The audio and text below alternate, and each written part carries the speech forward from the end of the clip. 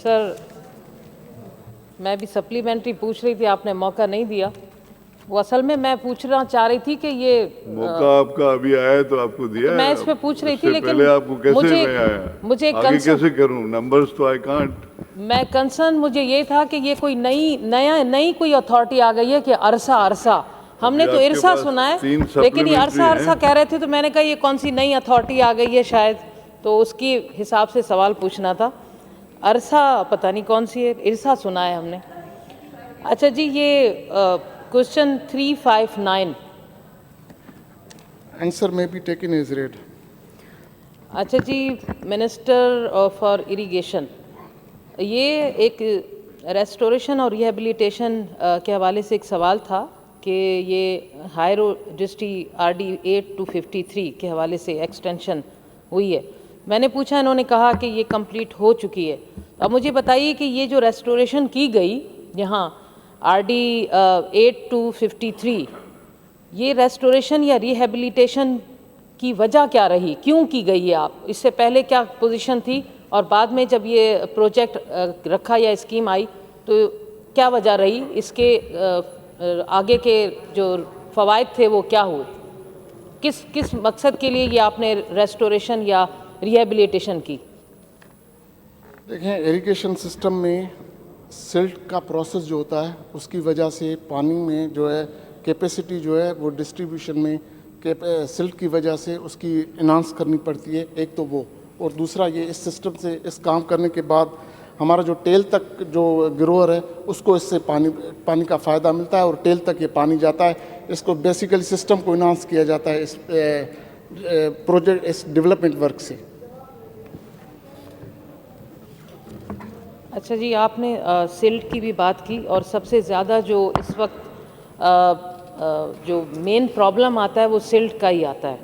तो क्या इस प्रोजेक्ट में जब आपने इसकी रेस्टोरेशन या रिहेबिलिटेशन की, तो इस प्रोजेक्ट में वो कौन से मटेरियल इस्तेमाल किया गया? क्योंकि हमेशा जो मटेरियल यूज़ होता है उसके बाद फिर वो सिल्ट बढ़ना शुरू हो जाती है, तो वो क्या था? क्या सीमेंटेड था या कोई और मटेरियल है? क्योंकि जितना भी इस वक्त सिंध में हम सफ़र कर रहे हैं वो सबसे ज़्यादा इसी वजह से होता है कि वो सिल्ट क्यों बढ़ती है, क्योंकि नीचे जो इसका मटेरियल यूज़ होता है वो बहुत ख़राब होता है।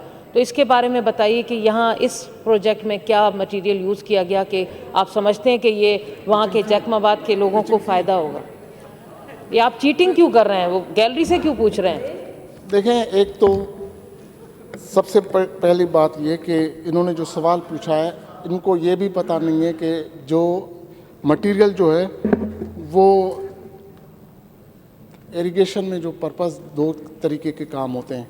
एक होता है लाइनिंग में मटेरियल यूज़ होता है, अदरवाइज़ जो अर्थ वर्क होता है वहाँ से सिर्फ ये होता है एक्सकेवेटर के थ्रू मट्टी निकाली जाती है और ज़्यादा से ज़्यादा पिचिंग के लिए पत्थर इस्तेमाल होता है।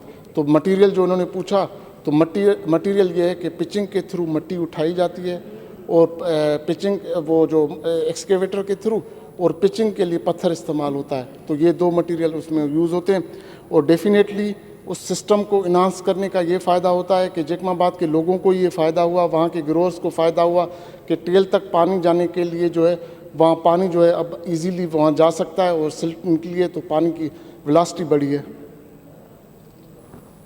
थर्ड क्वेश्चन जी, पता मुझे नहीं था, तो आपको कौन सा पता था? आपने भी तो गैलरी से पूछा, सबने देखा कि आप जितने सवालात के जवाबात उधर से आपको मिल रहे हैं, तो आप कौन से अपने डिपार्टमेंट के हवाले से तैयारी करके आए? मिनिस्टर साहब, आपकी पोजीशन तो सारी नज़र आ रही है कि आप कितनी पोजीशन आपकी है तैयारी की।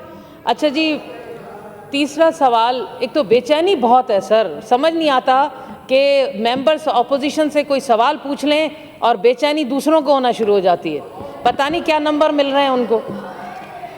तीसरा सप्लीमेंट्री क्वेश्चन स्पीकर साहब ये है कि जो इस पर कॉस्ट आई रखी गई थी, क्या टोटल यही कॉस्ट इस्तेमाल हुई या इससे कम हुई, कोई बचत हुई, या आपने कोई एक्स्ट्रा इस पे कॉस्ट लगाई?